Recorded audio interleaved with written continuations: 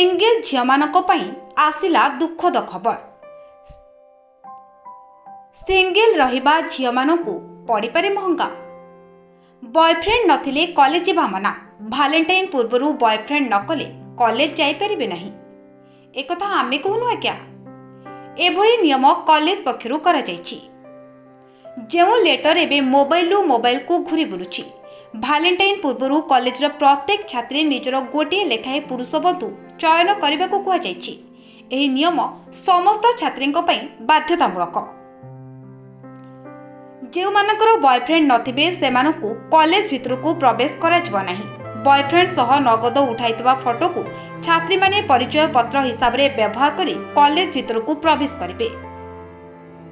सुनिले तो दर्शक बंधु, एणिकी कॉलेज आसवाकू हेले बही खाता किंबा आइडेंटिटी कार्ड रो कोनोसी आवश्यकता पड़ू नहीं।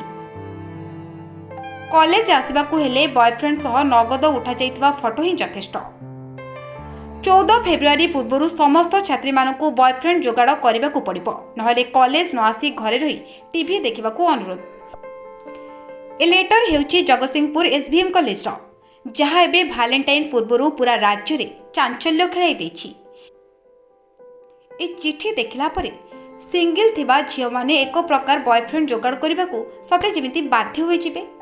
से जाहे हो ना काहेकि प्रेमी जुगलक पाई एहाठारु बड़ खुशीर कथा आउ कौन होई पारे।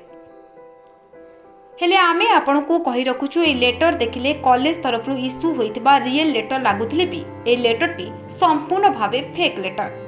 कॉलेज पक्षरु एभली कोनोसी लेटर इश्यू करा जाइनि बोली कॉलेज कर्तृपक्ष कहिसंती। Bureau report, Bhargav TV.